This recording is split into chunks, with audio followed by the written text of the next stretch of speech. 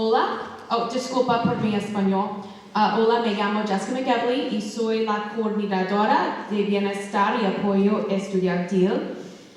Si habla español y prefiere asistir a la reunión en español, por favor vaya al cuarto 900 ahora.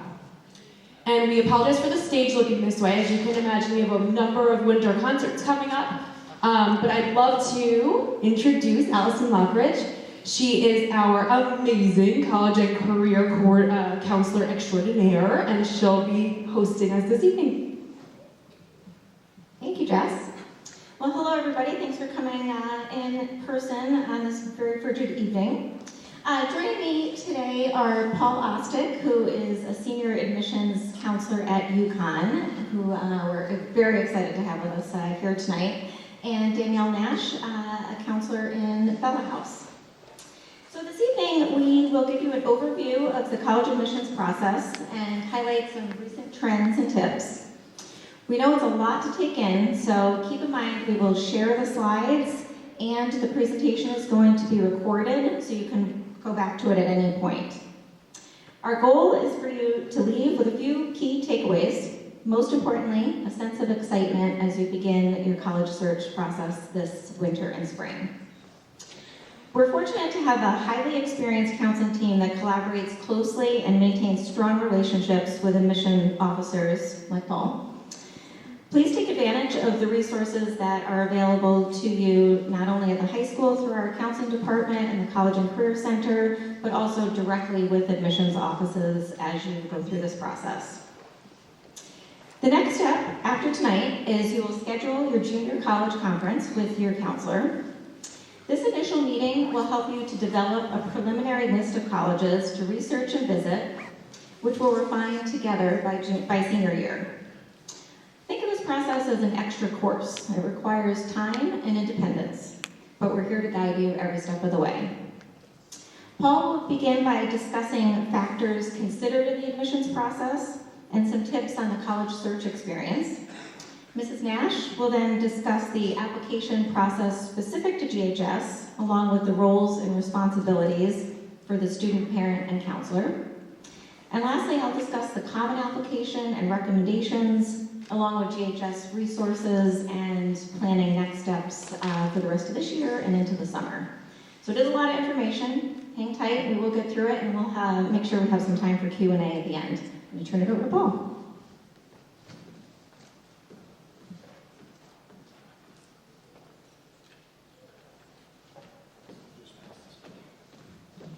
So thank you all so much for being here this evening. Again, my name is Paul Ostick, Senior Admission Officer at the University of Connecticut. I am really looking forward to speaking with you this evening, answering questions that you may have. Many of you may be looking at UConn. Many of you may not be looking at UConn at this point in time in your personal process. I would encourage you throughout this process to keep an open mind, and that's in regards to every school. As you start to narrow down your list.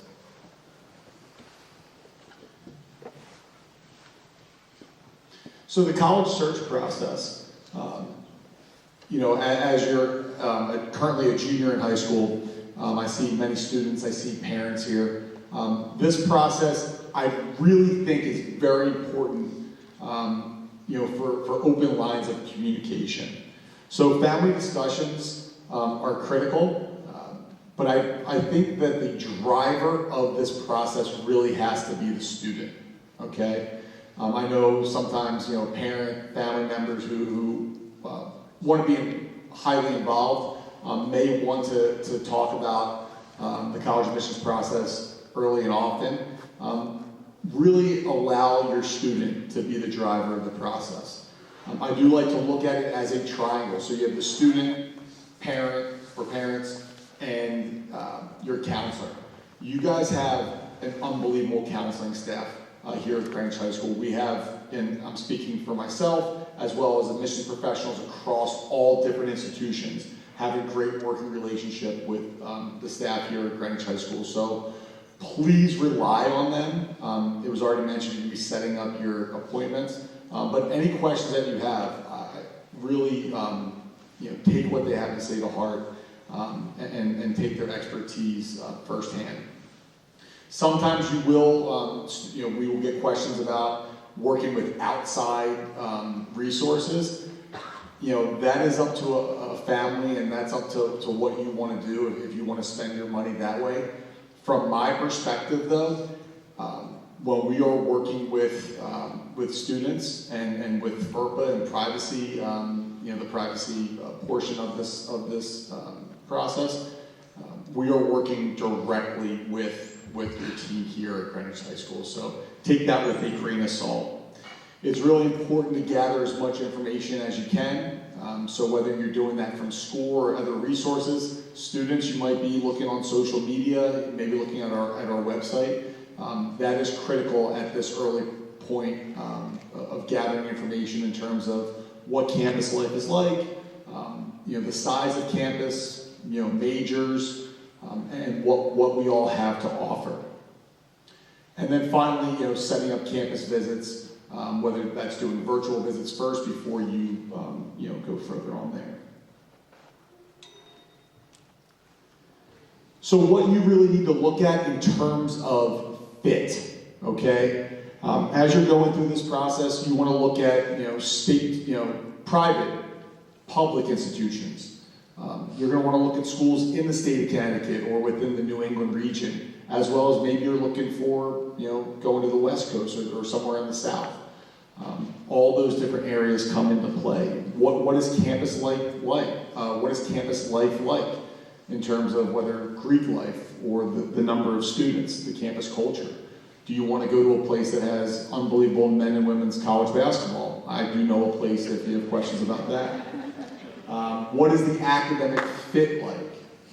Okay, the rigor, the major. Do they have an honors program? What does that look like? And then, as well as the cost of attendance. As you are navigating this process, you're going to want to look at, what possible scholarships could you earn? Would that be through admissions? Would that be outside scholarships? What the financial aid package may look like? Every single institution legally has to have what's called the net price calculator, so you can get, again, I know it's an estimate, but you get an estimate on what you could be paying. And all these different factors that we just talked about, some may be more important to one student than another student, so that is something you're going to want to look at.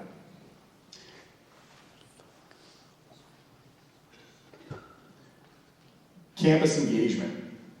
It is critical to get a feel for the campus. So all the legwork that you can start doing now in terms of researching different institutions, understanding what majors you may be interested in. You might be sitting out there this evening and you want to be a business major.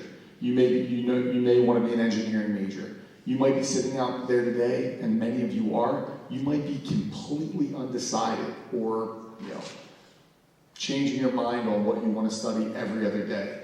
And that is very, very normal, okay? So understanding what kind of opportunities may be at each school for those students who know what they want to study, as well as those students who don't know. And also understand that students change their minds throughout their time as a incoming first-year student up until when they graduate. Students may change their major over that time, so seeing what they have. But doing that research in the beginning, as well as moving on into scheduling visits. I mentioned earlier, you may be sitting out there today interested in UConn, you might not be, but I would highly recommend every single one of you visiting the University of Connecticut or some of the other great institutions that are not that far away from here in Greenwich, because it really gives you a baseline of what you're looking for. You may visit a place and it's the greatest visit in the world. You may visit another place and it's not for you. Those are all positive visits because it helps you kind of narrow down what you are looking for as you are checking schools off the list. Okay. Again, it is all about finding what is the right fit for you as a student and as well as a family. And where are you going to be happy and successful? Okay? I'm going to repeat that. Where are you going to be happy and successful? okay? And those are questions, students, that you need to have for yourselves and conversations you need to have with your parent and family members about that. Because where are you going to thrive and be successful in the classroom as a person, and where are you going to be happy? Do your best not to look over your shoulder at your friends or your peers and where they're going or where they're looking. Make this a very individual process for yourself. And take notes. I think one great thing you can do is take pictures while you're on a tour. Take notes after the fact. I was terrible at doing that when I was going through this as a student myself. But take notes, because if you're making a visit in the spring or the summer, and a couple months later you're having these conversations of what you liked about different schools, it's nice to be able to jog your memory. Okay, the academic and application factors.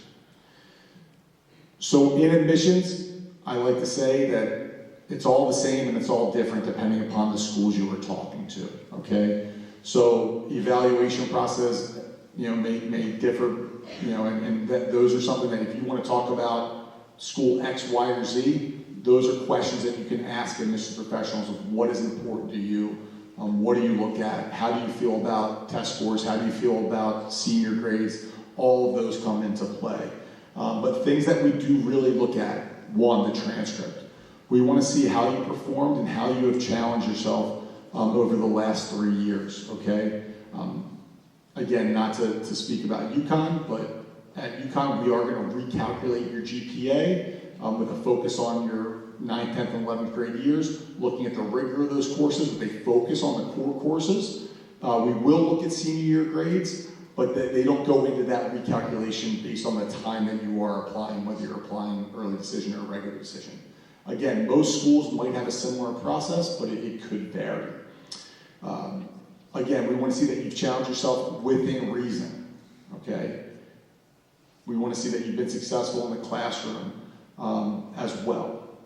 And again, that can take a different look in terms of what you're studying. That can take a different look in terms of, again, do you have an upward trend, or some of those buzzwords that we look at.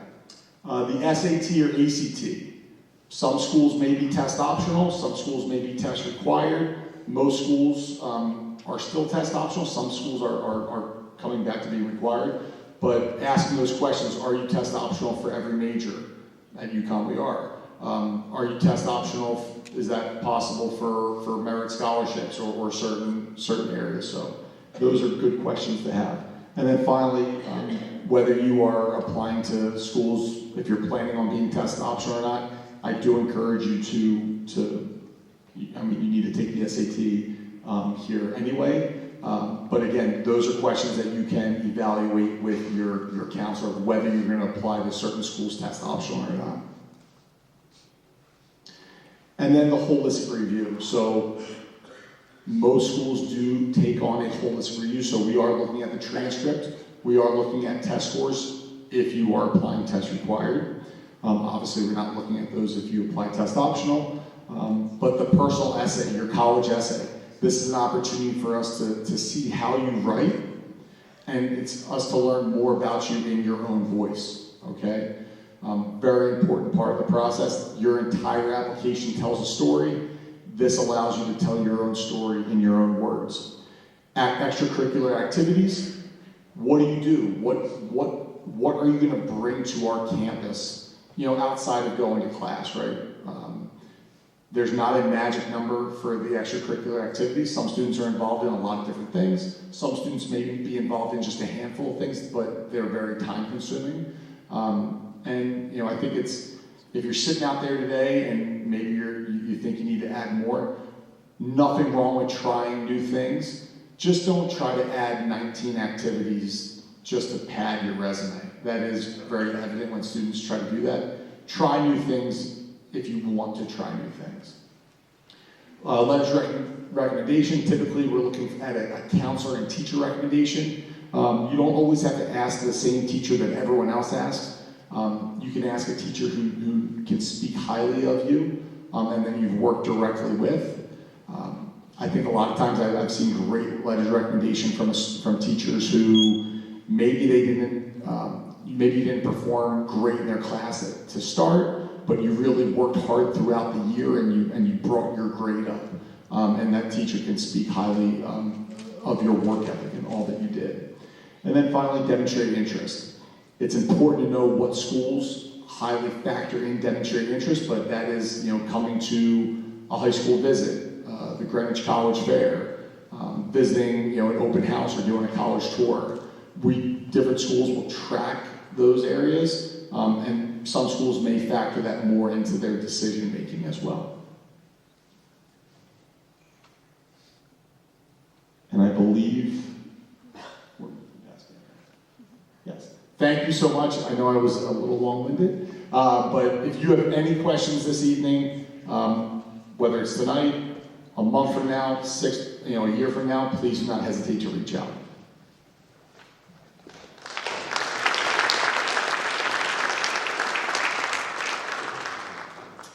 All right, hi everyone, I'm Danielle Nash, one of the school counselors in Bella House, and I have survived the process as a parent, in addition to being here as a school counselor at Greenwich High School for 23 years, hard to believe. So I'm going to talk a little bit about building a list. I know Paul talked about some of the criteria to think about. We do want students to be really strategic in their college categorizations, right? So I'll talk in a minute about the different tools that we use to help students and families evaluate where a particular student might fall, whether a school is a high reach, or what some people in the admissions business are calling highly rejected schools, reach schools, target schools, likely schools, and whether students should consider early decision. And early decision means a student has really decided that's their top choice. If accepted through early decision, the student is making a commitment to that institution. Not all schools offer early decision. But for schools that do offer that, that can be sort of a strategy in the college admissions process. And then many of our schools offer early action opportunities. Those deadlines can be October 15th, November 1st, November 15th. And a lot of those schools will give students decisions before the holiday break or sometime earlier in January than they might be hearing back from the regular decision applications, which are often due in early January. When you're thinking about those categorizations, it's also important to think about the majors that students are thinking about. Some of the majors we know are more highly competitive than other majors. I've had students want to be business majors. They might not have had calculus and they're applying to a highly competitive business program. I had one student be told, we cannot accept you to a business program if you haven't taken calculus. If you want to put your application in for that application plan, we can probably anticipate what the outcome is going to be. Some students might think about an alternate major like economics. Some students might think about applying undecided. I know my niece applied undecided to her dream school. And she was able to get in, and then once she was there, she took that college calculus and was able to get into the business program, but she wouldn't have been able to get in had she applied to business as a senior. So we need to also be strategic about the way in which we're applying and the majors that we're thinking about. We really want students to think about the personalized selection criteria. Why are you applying to a specific college? We have seen a growing trend, right, in students being interested in what some of us are calling the big fun schools. I want to go south because it's big and it's fun. Having been a student at Greenwich High School myself, I remember sitting in my own school counselor's office and thinking it just has to be bigger than Greenwich High School. But many students will find great academic success in smaller institutions. So it really is important to think about what's going to be important for each individual student. What factors about that major at that school are going to be a good one? I was telling a story to someone earlier today about a student who wanted to study a particular thing. I won't say what it was. And the student met with the head of that academic department. And when they asked, like, how many students are in this program? Oh, 25. Well, what? Total or per grade? Oh no, total. Like, how many students do you think we really need in that major? And it was just a very strange answer. So really investigating the courses, the faculty, what you're going to get out of that major at that particular institution. What's the campus culture like? Are you going to be able to thrive and get involved in activities? I know my own son went to a small school and had a chance to visit friends at some of those big fun schools. And he said, Mom, I never would have been as successful as I was if I had been at this kind of school. So it is important for the kids to really think about what kind of learner they are and how the campus culture is going to support them in becoming the best versions of themselves that they can be. For many families, financial factors may be something to really give strong consideration to. Sometimes the schools that we would classify sort of as those likely schools are the ones where students are going to get bigger merit scholarships. And so that may be something for families to think about. When you're thinking about those criteria, though, we want those criteria that are going to make a student be successful to kind of run the gamut of that selectivity rating, right? I'm always happy at the end of a process when a student is giving serious consideration to schools that might have been their likely schools because they were a perfect fit. And Paul mentioned honors programs. Maybe that student got into the honors program. Maybe they got a big merit scholarship. I know I can share my own daughter is at a school that she originally classified for herself as a likely school. The day she got in, she didn't even bother to tell me, and she was like, oh, I didn't really think it was a big deal. We knew I was getting in there, Mom. But we made her go back and take a look at it, and on the day we went to the accepted students program, she was like, I don't care that we have 3 other visits lined up. This is where I'm coming. Oh my gosh, I didn't realize what a perfect fit it was. You can drag me to those other schools, but please buy the sweatshirt before we leave campus today. So as long as the students are being thoughtful in the criteria that they develop, hopefully their whole list and all the places they get accepted to will be places where they could be happy and find success. We really want to reduce the application stress, and so we do want to see students be thoughtful and limit the list. We don't want students who are applying to 20 plus schools. In that 10-12 range is a good range of schools. It kind of gives you a couple of schools in each category.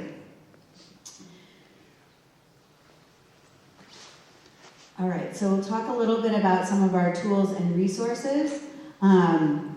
One of the tools that we have here is called SCORE. Some of our students have already been on to SCORE and taking a look at that. One of my favorite tools is this scattergram. So again, when we were talking about different students and how they might fare at a particular school, this scattergram allows students to kind of see themselves on a scattergram plot, how they kind of stack up against other Greenwich High School students to that particular school, right? So here we have the Lehigh graph, and this is definitely from a couple of years ago, but you get the general sense, right? So we're gonna have GPA on one axis, test scores on another axis, and all of the students, we are generally giving students 3 years worth of data on those scattergrams, so we try to keep it current. And the students can see, am I likely to get in there? Is my little star, it's going to be a star for the individual student. So is my little star surrounded by all green acceptances, or am I deep into all of the red marks showing students who have not been accepted? We also have an opportunity to kind of toggle and take a look at the difference between a regular decision application an early decision or early action. So we really encourage students to use SCORE and these statograms as a tool to help with that college research and helping to shape that, that college list and understanding the selectivity. We also have access to a wonderful program called College Kickstart. And that, when the students put their list of schools in, it will actually give the students' list a grade, kind of based on their profile and the other students, both from Greenwich High School and in some instances looking at some national data and whether or not that's going to be a reach school, target school, a likely school, and it'll look at the whole list of schools that a student has at any particular moment, and it might give them an A, which is great. It might give them an F, which is not so good, but it helps the students shape their list, right? They can change that list up and see what the new grade is. I will tell you, the grade is not like I got an A, and so therefore it doesn't matter that that's not actually my list. I had a student a few years ago who was like, oh, don't worry, Mrs. Nash, I put in some schools, I got an A, but I'm also applying to these other 7 schools that I won't get into. So it's not just about the grade, it's about helping students find their way into a happy list.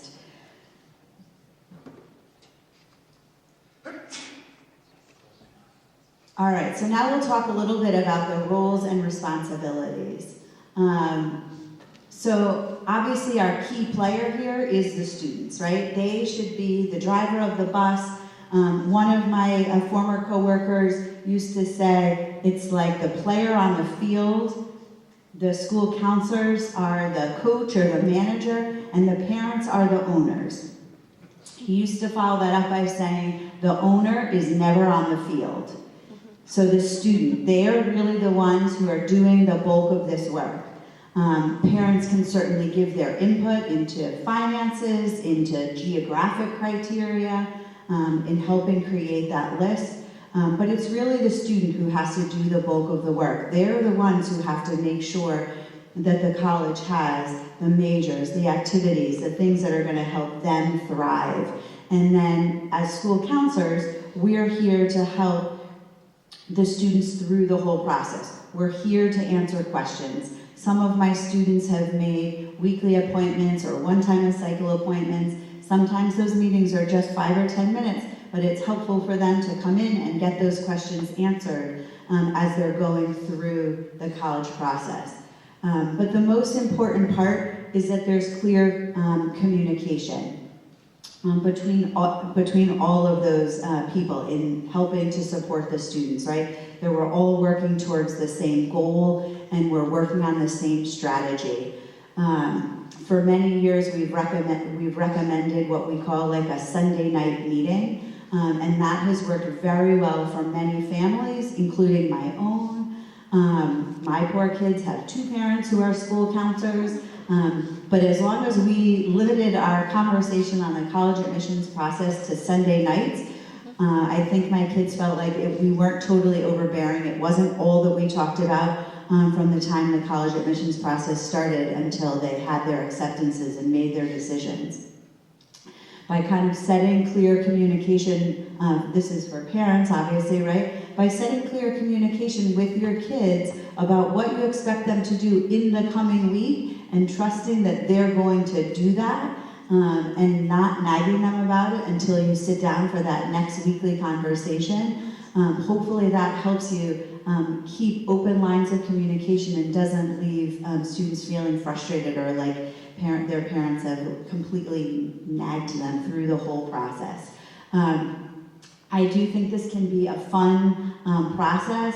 It's exciting to watch the kids discover great places and find where they're going to go to school, and hopefully it's also a journey of self-discovery for those students. So now I'm going to have Allison come up and talk a little bit about the actual application process and financial aid. Thank you, Ms. Nash.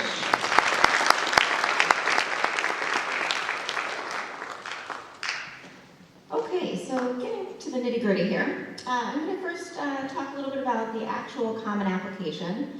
Most colleges use the Common Application. There are a few outliers like the University of California system, MIT, they have their own applications. But most schools use this one application platform. And this is what it looks like, just a quick little screenshot here. All of your information in the main part of the Common App goes to all colleges, and so those are the sections. The most time-consuming and important sections would be the personal essay, which Paul talked about, and the activity section. So the activity section has up to 10 activities. More is not better, so many students have just a few activities. I would say on average, people have around like 6, 7-ish. I like to talk about the activity section because I do find that students often undersell themselves in this section. I was actually meeting with a senior this morning, and she only had 2 activities on there, and I just started kind of brainstorming, talking through some different things that she's involved in, and before you know it, she had 6 activities. So activities can be jobs, internships, service, sports, hobbies, things you do over time. I always suggest students run the activity section by their parents, so draft, because often as parents we may remember things that our kids did that they may not think is important, and then they're also welcome to run it by their school counselor as well. In terms of academic honors and awards, many students don't have honors and awards, which is totally fine, but if you do, there's a section in the education section for academic honors and awards. So those are things like honor societies, department awards, book awards, but that would go in the education section. And then any recognition in a specific activity would go in the description in the activity section. The descriptions of the activity section, by the way, are only 150 characters, which are not that many words, so it's important to be kind of strategic about the words that you use there. And then again, Paul mentioned the essay, which there's 7 topics. Those topics will be released in the next few months. They typically stay the same. There's always a topic of your choice, maximum 650 words. And I offer workshops in the spring in the College and Career Center. In May, after seniors leave for internship, I offer college essay workshops and activities workshops, general Common App workshops. So I highly recommend that all of you attend those workshops to get a sense of the type of essay, how to brainstorm topics, and kind of get you started. And then we also have an essay workshop over the summer that we will also be putting out as well. Some students need could benefit from some structure over the summer to get their essay done. So we have a great workshop that we'll be putting out in the next few months as well. My favorite resource in the essay writing and activities section is Ethan Sawyer. He's also known as the college essay guy. He has a ton of free resources, great brainstorming exercises, sample essays. Many colleges also require supplemental essays, and he's got some just great free resources as well. So I use a lot of his materials in my workshops, and some others as well. So that's really the main section of the Common App. And then there's also, if you see the tab at the top, the My Colleges section. This is where you'll find college-specific questions and where those supplemental essay prompts are. Now, the Common App becomes live August 1st, but we recommend juniors create a Common App in the spring. During the counselor advisory, we'll explain how to do that, just to kind of take a look at what it is. You don't need to wait until August 1st to fill it out. So I usually recommend as soon as you leave the school year, actually work on the full application, and it'll roll over automatically when the new version becomes live in August. The only section that doesn't roll over is that My Colleges section, so we recommend holding off on answering those questions. But most colleges release their supplemental essay prompts as early as June, sometimes even before, and they're typically available on college websites. So you can get started on the supplemental essays, but I wouldn't fill that section of the Common App out until August 1st. Okay, recommendations.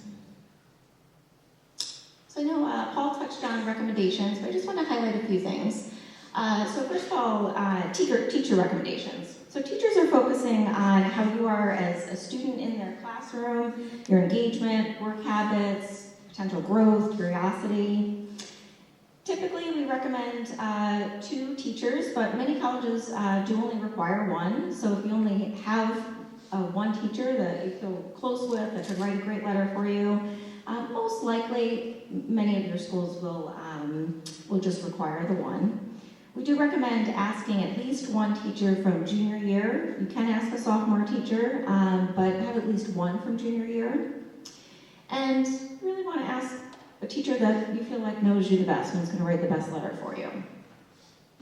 Some teachers have a questionnaire for you to fill out, and will ask you specific like anecdotes about different projects or presentations that you did in their class to help them write a stronger letter. If teachers don't have a questionnaire, I highly recommend completing the generic questionnaire that we have available on our website, because it really will help the teacher to write a stronger letter of recommendation. Those anecdotes can go a long way, so it's not a generic letter. And then we have the counselor letter of recommendation. So your counselor is writing about your overall character, involvement, and really your academic journey as a whole. And again, to help your counselor write a strong letter, we ask students to complete what we call a brag sheet, a student brag sheet, and then a parent brag sheet. And we really do mean brag. This is not a time to be modest. If students sometimes are concerned about coming across as too arrogant, I wouldn't be concerned about that. If needed, we will tone it down in our letters. When I was a counselor many years ago and wrote letters, I would often get frustrated if I saw a brag packet with one or two words in some of the sections, knowing that we put a good 1 to 2 hours into our letters. So I would hand those brag packets back to students and say, I need more detail, give me some examples, be more specific. So you really, it's a fine line. We don't need a 10-page document, but we don't want really short answers. So those anecdotes again, and these brag packets can really help your counselor. And same thing with the parent brag packet as well. We recommend, certainly by the end of the school year, to have these handed in to your counselor. Some counselors request that they're handed in even sooner than that, but definitely by the end of the year, since many counselors do write some letters over the summer. And then we also have what we call these informal comments, and that could be from a coach, a club advisor, another teacher, not the same teacher you asked for the formal recommendation. And those are really just a little paragraph about you. A club advisor, a coach, and counselors will incorporate that into their letters. And again, it just helps your counselor to write a stronger letter of recommendation. Now, when we share these slides, we'll have direct links to everything, so you'll be able to access. Everything is on our website. The brag packet is available actually on SCORE, which Ms. Nash referenced. There'll be a survey right on there, but we will have direct links, so don't worry about how to find it right now. Okay, I'm not going to spend too much time on financing colleges because both Paul and Ms. Nash touched upon this already, but I do want to mention that we have an upcoming financial aid night on January 12th. And this is for seniors, and it's really designed to help seniors understand what a financial aid award letter looks like and how to compare packages. But if you're thinking you're going to be applying for financial aid, I would recommend going as a junior just so you can kind of see what's to come. And then we also have a great financial aid night in early September that some of you may have attended. So we go into detail both in September and then again a little more specifically in January. But we obviously like to bring it up tonight because it's important to have these conversations about cost at this point in the process, not this time next year. And keeping in mind, there's the forms for financial aid. There's the FAFSA, which is the federal form, and then some private schools require this form called the CSS profile. Both of those forms become available in October 1st of senior year. So there's really, you can't be filling out the forms until next year. So that's to come.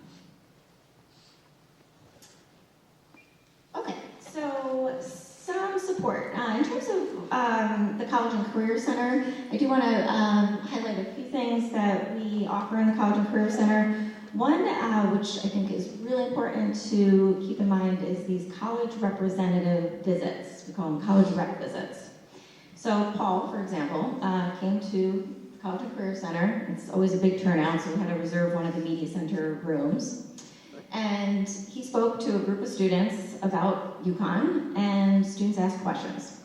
When students came, they scanned a little QR code, showed Paul that they were there, so it was a great way of showing interest, and they learned some great tips, and students asked great questions. Some students are quiet, and that's okay, but you can certainly listen to other questions that are being asked. So these rep visits are very important to show interest, but also just to learn specifically about schools and some tips on the application process. So we host them between September and November. I find students are great with coming to the rep visits for their reach schools or the schools they're most excited about, and maybe don't pay attention to those likely schools or maybe schools that they're going to apply to in the regular decision round. They only come in the fall and then they're finished for the year. So we really recommend students attend any visits for schools that they're planning on applying to, and even if it might be later in the process. And along the lines of showing interest in colleges, we also host our annual college night in October, which most of you probably attended. Again, the person behind the table, Paul, is the admissions reader for Greenwich High School, and you scan that little QR code, you ask it questions, follow up with a nice thank you note. Those are excellent ways to show interest. I did mention I offer a number of college application workshops throughout the spring and also in the fall of senior year. In the fall of senior year, the workshops are a little more focused on specific applications, interview prep, supplemental essays, and general application support. I do send out a newsletter. Hopefully you're reading my newsletter every once a week, typically on Fridays, sometimes on Mondays. And it's called the College and Career Update. And we basically house any college and career related events, all scholarships that we receive through the high school, local scholarships, and important dates. So be sure to be looking at the College and Career Update. You do need to be registered on SCOIR, SCOIR, as Ms. Nash mentioned. Those emails are sent through SCOIR. So we know many students are not registered yet, or parents are not registered yet, but your student should be getting the emails. But we will be sending out an invitation to SCOIR again so that parents can access it over the next week. Okay, next steps. And we'll get to some questions. Okay, so first of all, between now and the end of the year, it's really all about doing the best you can academically, some test prep, and most importantly, well, not most importantly, but also researching schools and getting out there and visiting. So it's really about that list development in terms of the college process. And then, come summertime is really when the application process kicks in. I usually recommend to students to get started right away. If you get into summer mode, sometimes it's hard to get started on your essay and applications. So rather than get in summer mode, I usually say maybe just take like 2 days and get yourself organized. Ms. Nash also mentioned an optional program that we have called College Kickstart. This is totally optional, but an excellent resource, not only in looking at GHS data, but also a great way to get you organized with application requirements.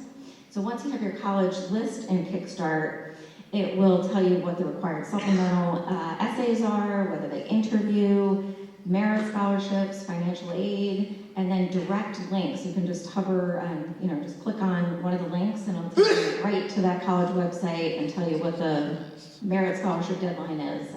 But it's a great way to get organized. But if you don't use Kickstart, you can certainly create your own spreadsheet with some way of getting organized with your list and requirements as you go into the summer.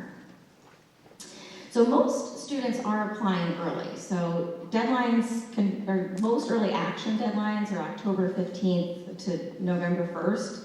but some honestly are as early as September 15th.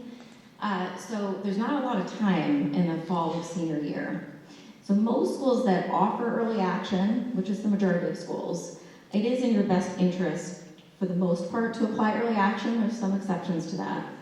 But the majority of our students are submitting at least 5 applications by November 1st, and again, sometimes earlier. So that only leaves, a month or so to be working on your application senior year.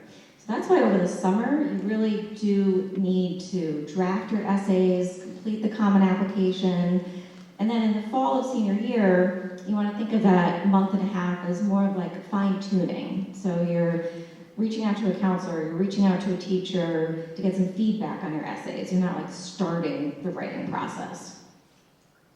So the more you do over the summer, really the better off you're going to be in the fall. And summer is also a time to obviously relax, take care of yourself. It shouldn't be all college application work. I'm not saying you need to spend all day, every day working on your applications. Maybe pick 3 days a week, maybe it's 2 days a week, and a couple hours each day. But certainly relaxing, decompressing from a busy junior year is super important. And you may be finishing up some campus visits. Even though there aren't students on campuses, it still can be a valuable time to visit college campuses. So you may be tying up some visits and obviously, working or continuing your volunteer work as well. So, trying to, kind of balance all that with the college process. Okay, so finally in terms of next steps, so scheduling the junior college conference. Your counselors have sent out emails about how to schedule that conference. Different houses do it different ways. Could be a link to a calendar, could be calling the guidance assistant. If it's calling, please don't all call tomorrow or even the next day. But I do recommend getting it on the calendar sometime in the next few weeks. I mean, it may be in January or February, but at least just get it scheduled. So this is an hour meeting with parents, the student, and the counselor. And keeping in mind this is an initial meeting. Again, back when I was a counselor, I would find most students scheduled these conferences early on and, got it on my calendar very quickly. And then sometimes the student wouldn't come back. And then I would have to call them back and hadn't seen them since March. Well, tell me about your visits. So think about this as an initial conference, but it's important to go back and schedule follow-up meetings with your counselor, especially after you do some of those visits so that you can work closely with your counselor to narrow your list by the end of this year. So again, I mentioned, real focus this year is on researching schools, considering timing for campus visits, developing a standardized testing plan that will be discussed in your junior conference. That is a very individualized factor, so it's hard to talk about standardized testing in too much detail in one of these presentations because it really differs so much from student to student. So that's why we take time to do that in that individual conference. Again, focusing on grades, thinking about who you're going to ask for a teacher recommendation. And then lastly, in early September of next year, really within the first week or two of school, we will have a counselor advisory where we get to the real nitty gritty, the nuts and bolts of the application process.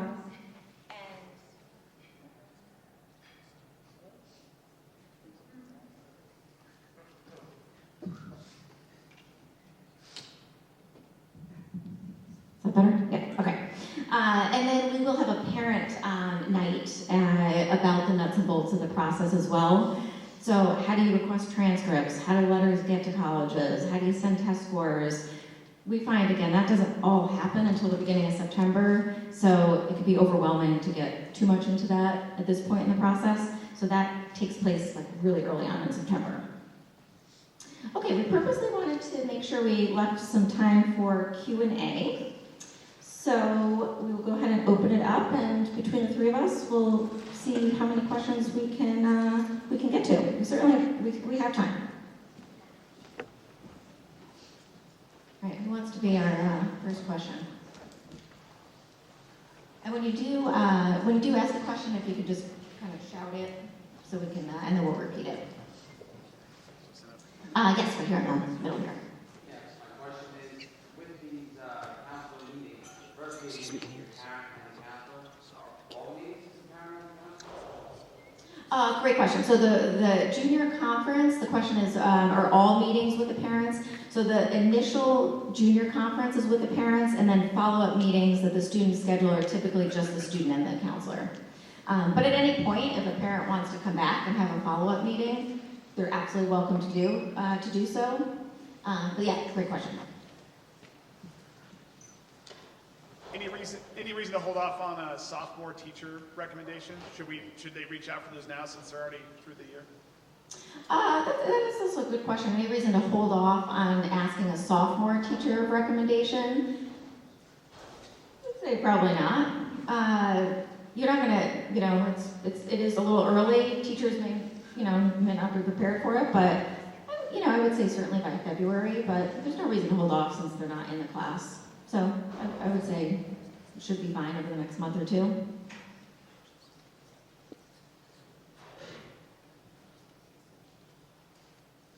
Yeah. Are there any resources in school to help the students decide their major? Oh, that's a great question. Any resources in the school that help to decide a major?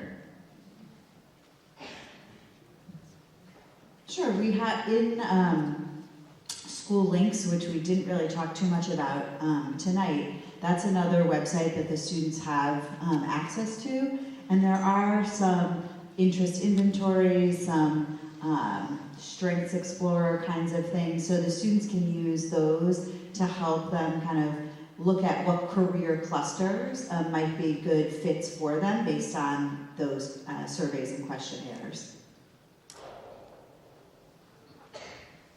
Yes? Does the scattergram show the major that they applied to? The scattergrams that the students have access to in Score do not show the majors that particular students apply to.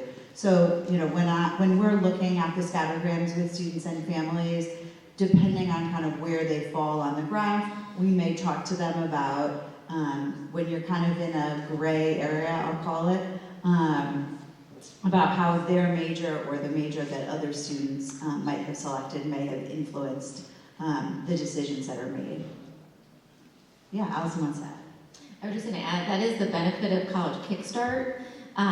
Not for all schools, but most schools, you can look by major in Kickstart. So Kickstart also uses VHS data, but again, you can put in Purdue Engineering or Purdue Business instead of just Purdue.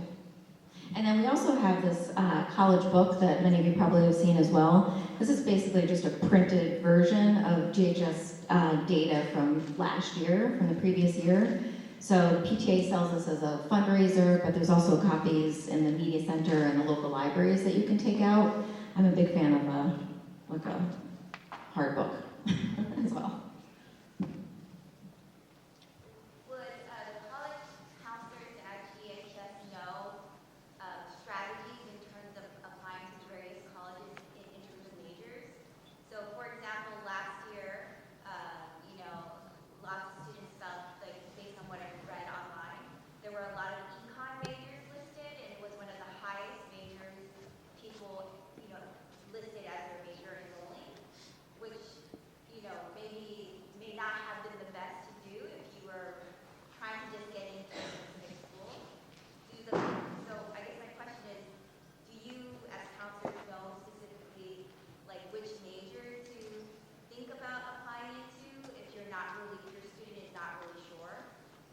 Yeah, so the question kind of revolves around selectivity of majors.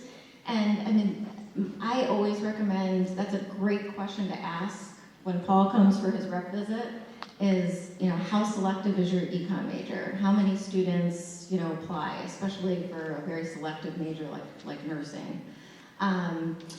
Because that changes so much from year to year. I mean, we can tell you that generally business and engineering, nursing, there are certain majors that are very selective at most schools. But there are some years, like you said, that econ might be really selective at a certain school. I don't know if you want to add to that, Paul.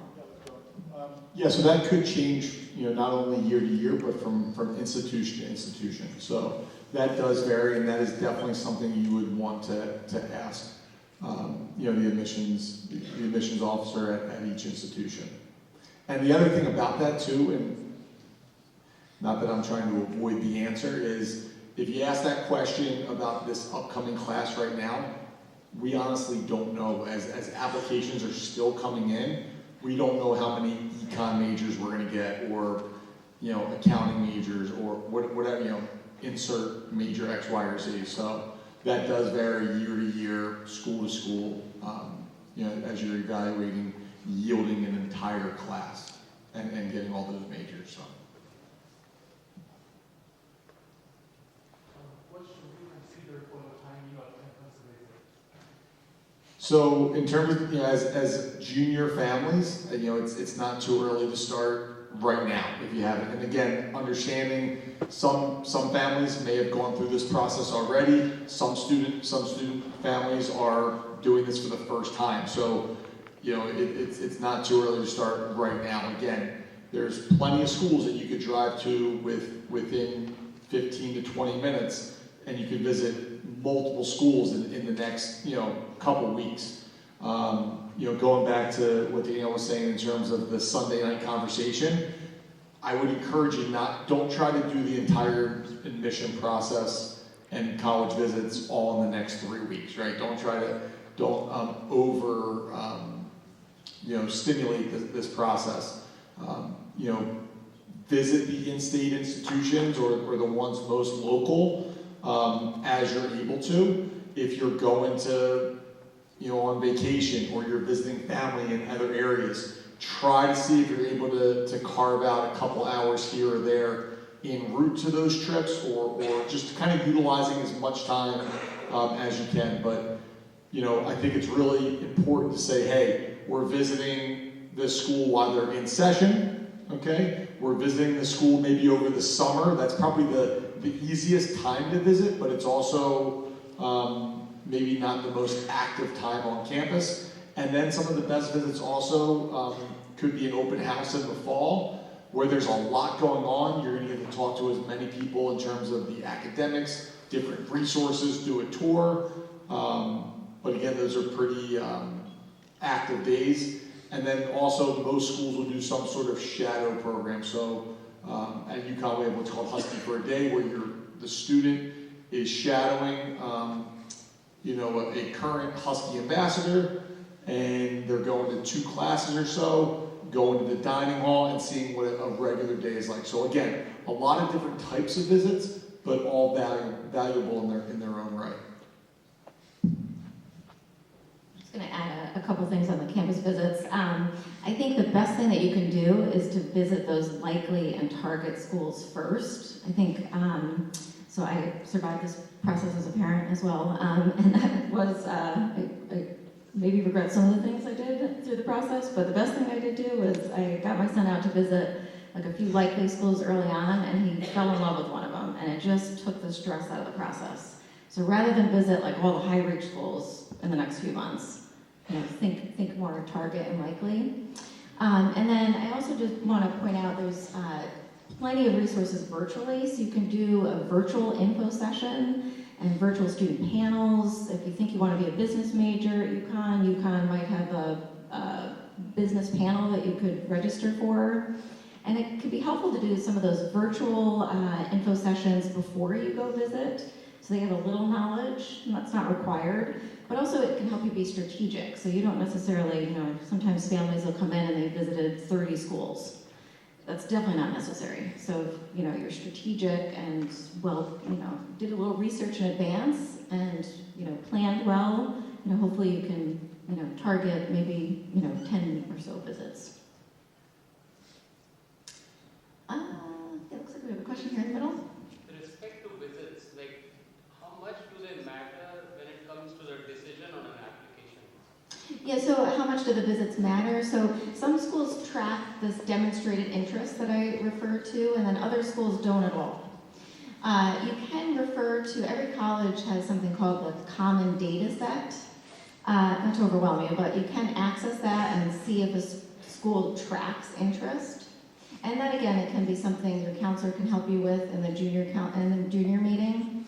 But I always tell students, regardless of whether they track it or not, the more you can personalize this experience, the better off you're going to be. If you had a chance to really spend time on a campus, you're probably going to be able to show that fit and have a better application. And if it wasn't in person, spending time can also mean, virtually. But it is helpful to identify what schools really track that interest so that you can, take other steps virtually if needed. Yeah, right. Looks like 2 students right back here. Can admissions officers see how many and which other schools you apply to? And if not, is there ever a downside to applying to a large number of schools? No, the only way we can see that is if you're emailing us and you take a prompt and do not change the name of the school. Sometimes you see that. Sometimes you also see it on the application itself.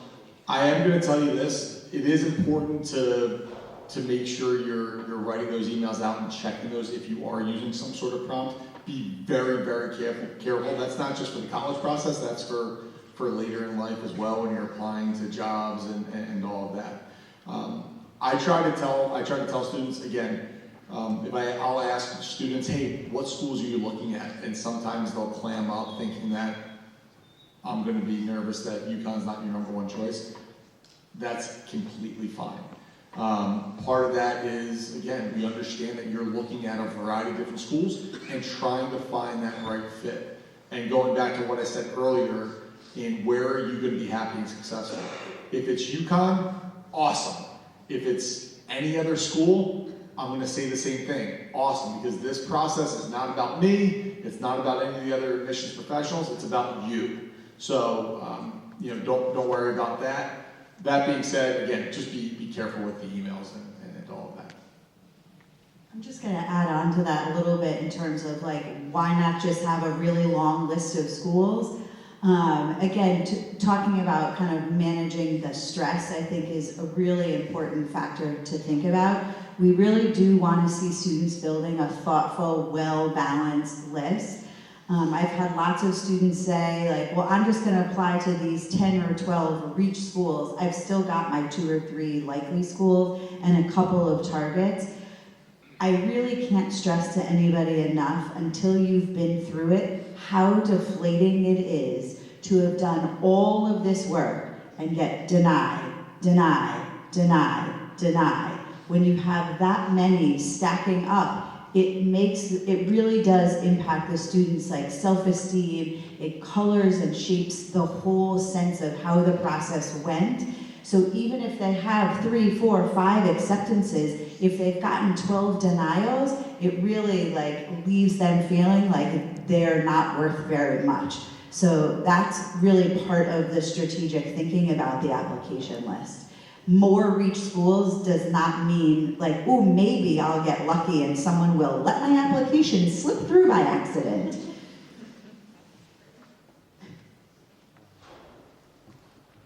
Yes? So if your counselor is new and your old counselor gave you a way to contact them for letters of recommendation because they've known you for longer, should you use the old counselor as a way to get a letter of recommendation or the new counselor? Hopefully your new counselor, hopefully we have all of the counselors this year that'll still be here next year, fingers crossed. And again, those brag sheets are really an opportunity for you to, if it is a newer counselor that you have this year for the first time and keeping them hopefully into senior year, going in and having conversations with them about the college admissions process, about what's important to you, and being thoughtful in the brag sheets should be sufficient. Great question. Can applying undecided hurt your chances of getting No. The question was, can applying undecided hurt your chances of getting it? The answer to that is no. A big part of that is, again, students are 17, 18 years old when they're applying. For us to assume that you know exactly what you want to study is unreasonable. And so the answer to that is no. And then the same for other majors as well. There are majors, again, I'm speaking on behalf of UConn, not every institution, but there are some majors that don't have necessarily a cap number that we're able to let in there. For example, 2 of the most popular majors at UConn are biological sciences as well as psychological sciences. As of right now, there is not a cap number on those majors, whereas there's a couple other examples such as nursing or exercise science or business management that do have cap numbers. So a student could be offered, and again, I'm trying to not make this about UConn, but just as an example, could be offered UConn, but may not necessarily be offered that desired major. Again, I'm just going to add on to that a little bit, right? Paul said, right, nursing is a major that has a cap on it. We find that for most schools, particularly for nursing programs. So if you wanted nursing but thought putting undecided might be a strategy to get into a place like UConn, and then you think, oh, I can get into nursing when I get there, that may not be true. So it all sort of depends on, if you're really undecided, that's a great way to apply. But if you really have your heart set on a major that might have a cap, you do want to be a little bit careful with that kind of strategy. And I just want to also add that some schools don't accept by major at all. So there are many schools, most smaller liberal arts schools, but even I just listened to a webinar from Elon the other day. They do not admit by major at all. So selectivity of major is important at some schools, but not necessarily all schools. Any other questions? Oh, looks like we have another student. By saying you're comfortable doing an abroad program, are you giving yourself a higher chance of getting into college? So the question is, if you say on the application, are you willing to do an abroad program? So will that increase your chances? Typically, yes, but again, that could vary from school to school. But sometimes a lot of, some state schools, but some private schools as well, may ask, are you willing to start in the summer, or would you be willing to start abroad in the fall? And usually that means if you say yes, that it will make it a little easier to get in. And there's a lot of different versions of that. It could be a whole year, it could be a semester, but generally speaking, it typically will increase your chances. But you have to make sure you're really willing to do it. I've definitely had students that have said yes and then thought they could just change it after they get accepted, and that won't be an option. Looks like we have a parent. Oh, yeah, back here. Yes. ACT, SAT, is there really no difference between them? Is there a reason to submit both?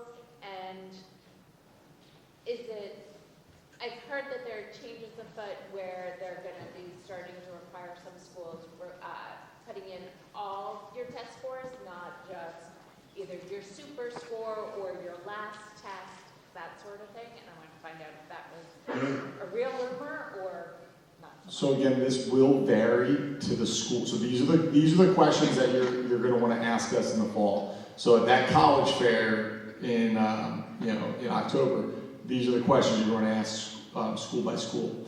But again, just using UConn as an example, we are continuing our test optional policy. So if you choose to apply test required, that means we do need your official scores to complete your file. That could be the official SAT through the College Board. That could be the ACT. If you send both, we're going to super score amongst the ACT or the SAT, not between them. But we're going to super score those, and whatever's highest is what we're going to use. Okay? And I tell students sometimes if you may have already sent us your scores. You took the test during your junior year, you sent it, you decide in the fall that you are applying test optional. We technically have those scores on file. I'm not going to see them if you apply test optional. Okay? And we're test optional for every major, every program, scholarship, so on and so forth. And that is not changing based on our current policy. I could go into the system and look up your scores if I wanted to. Can anybody guess, students, can anybody guess how many times I've looked up a test optional student's test scores to see if we had them? 0. 0, thank you. 0, because you applied test optional. Okay, so one, if you apply test optional, we're not looking for those scores. And two, we don't have time when we're reading all these applications to just go see, hey, I wonder why didn't the student send in those test scores. So I think sometimes those are that apprehension may be coming from the student, maybe coming from a parent. They heard a rumor, they read this online. No. If you apply test optional, you are test optional. That, again, that's what our policy is. If I could summarize it up in the last 30 to 45 seconds, okay?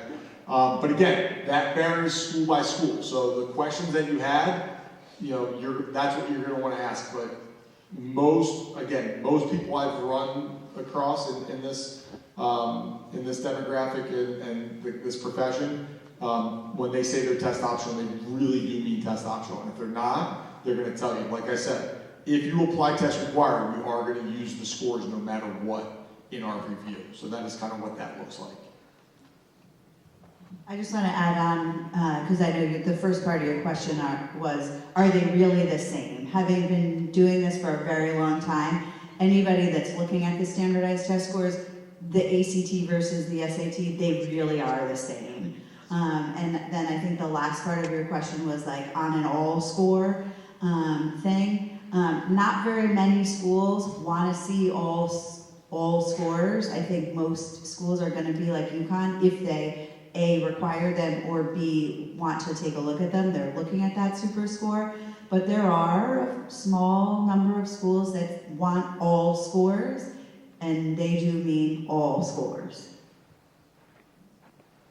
All right, I think we have time for one or two last questions. Yeah, right here.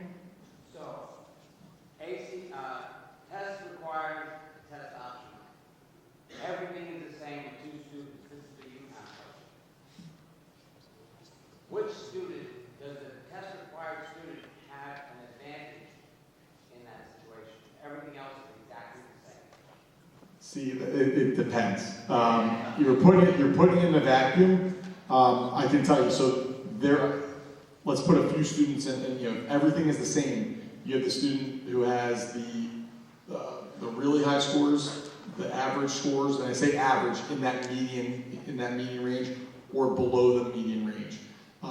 That's kind of how we would look at that. So there are times where students, let's say they have, I'm just going to throw a score out, an 1150, that's below our median range, and all that information is on our website. It's on the information that I'll hand out at that rep visit. Students will say, oh, I need to submit the score because you're going to think that, kind of the conversation that we're having.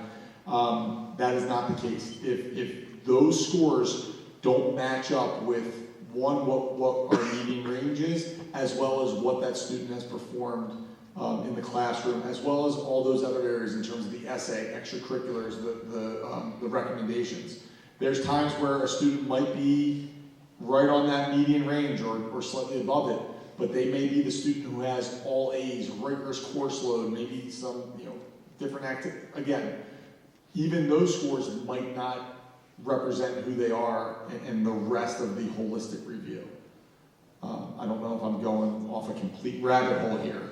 But you need to, it depends. You need to look at who you are as a student, how you performed in the classroom, and the rest of the complete file, and say, do these scores improve or enhance my file?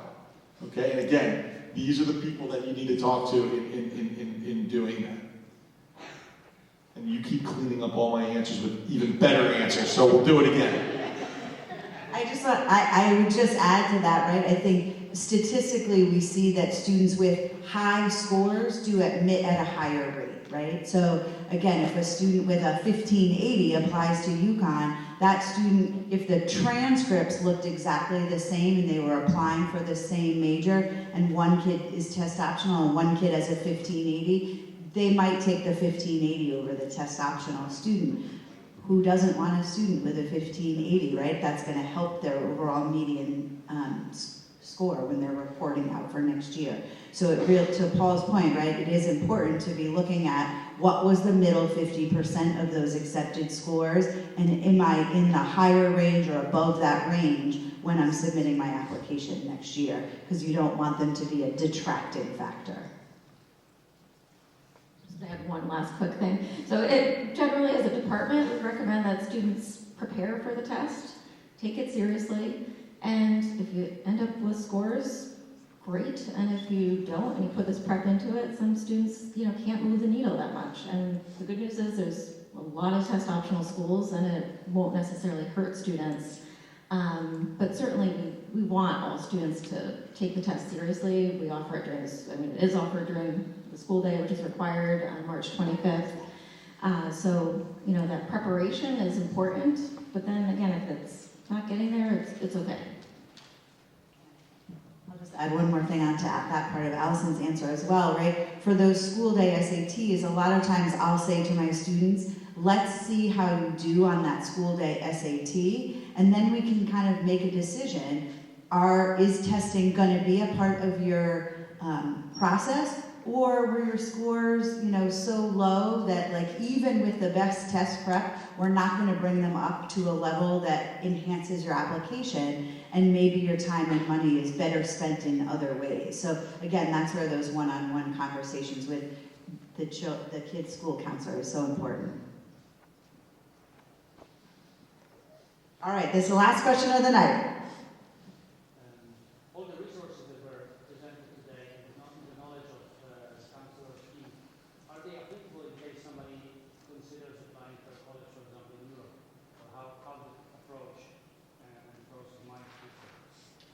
Yeah, I think the question was about whether or not Greenwich High School has resources to help students applying to schools abroad. And I think the answer is yes. We do have quite a number of students that apply to schools abroad. Some of those schools will have scattergrams in SCORE, particularly places where we see students sending a lot of applications. We are fortunate to have a pretty global community here. So I certainly can't say we're experts on every college all around the world, but we certainly have experience to help families with that process. I'll just close by saying the value of being part of such a big department with 17 counselors is we share information with each other as we go to different conferences, and so there may be, I can think of one counselor in mind that has a lot of experience with schools in Japan, and if a student sees me, I'm going to call her and get some insight on some specific requirements. So that big department that we have can be really valuable, especially for schools abroad. Okay, well, thank you all for coming.